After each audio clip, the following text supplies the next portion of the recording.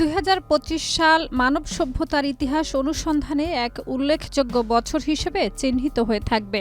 আধুনিক বিজ্ঞান ও প্রযুক্তির সহায়তায় বিশ্বের বিভিন্ন প্রান্তে গবেষকরা শতাব্দী ধরে জমে থাকা বহু প্রশ্নের উত্তর খুঁজে পেয়েছেন। আবার কিছু ক্ষেত্রে নতুন কৌতূহলও তৈরি হয়েছে। প্রত্নতত্ত্ব, জেনেটিক বিজ্ঞান, মাইক্রোবায়োলজি, ড্রোন প্রযুক্তি ও উন্নত স্ক্যানিং পদ্ধতির সমন্বয়ে ইতিহাসের বহু অন্ধকার অধ্যায় নতুন আলোয় উদ্ভাসিত হয়েছে।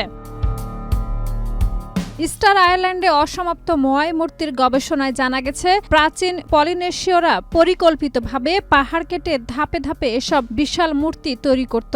এতে তাদের উন্নত প্রকৌশল দক্ষতার প্রমাণ মিলেছে। অন্যদিকে পম্পেই নগরীতে নতুন খননে পাওয়া পাথরের সিঁড়ি আগ্নেয়গিরির আগ্নেয় উৎপাতের আগে শহর স্থাপত্য ও জীবনযাত্রার সম্পর্কে গুরুত্বপূর্ণ তথ্য দিয়েছে। পেরুর আন্দিজে ছড়িয়ে থাকা প্রায় ৫,২০০টি রহস্যময় গর্ত নিয়ে নতুন গবেষণায় ধারণা পাওয়া গেছে। এগুলো পরিকল্পিত কৃষি বা সংরক্ষণ ব্যবস্থার অংশ হতে পারে। পাশাপাশি জেন অ্যাস্টেনের মৃত্যুর কারণ জানতে তাঁর লেখা ভাষা বিশ্লেষণ করে নতুন প্রশ্ন তুলেছেন গবেষকরা। এছাড়া অস্ট্রিয়ার এক গির্জায় সংরক্ষিত রহস্যময় মমির পরিচয় নিশ্চিত হয়েছে। তিনি ছিলেন অভিজাত ব্যক্তি ফ্রাঞ্জ জাভের সিলভার ফন রেজেনেক, যার দেহ সংরক্ষণ পদ্ধতি ও মৃত্যুর সম্ভাব্য কারণও চিহ্নিত করা গেছে।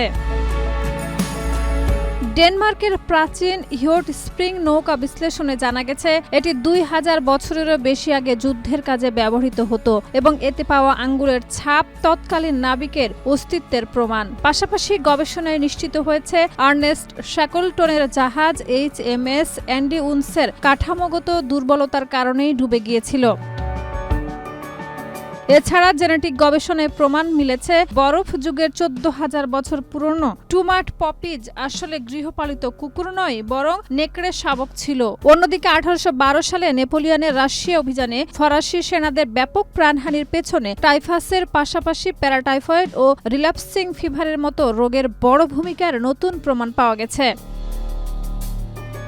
সব মিলিয়ে ২০২৫ সাল বিজ্ঞানের সহায়তায় ইতিহাসের বহু অজানা অধ্যায় উন্মোচন করেছে এবং মানব সভ্যতার দীর্ঘ, জটিল ও বিস্ময়কর পথ চলা সম্পর্কে আমাদের বোঝাপড়াকে আরও সমৃদ্ধ করেছে।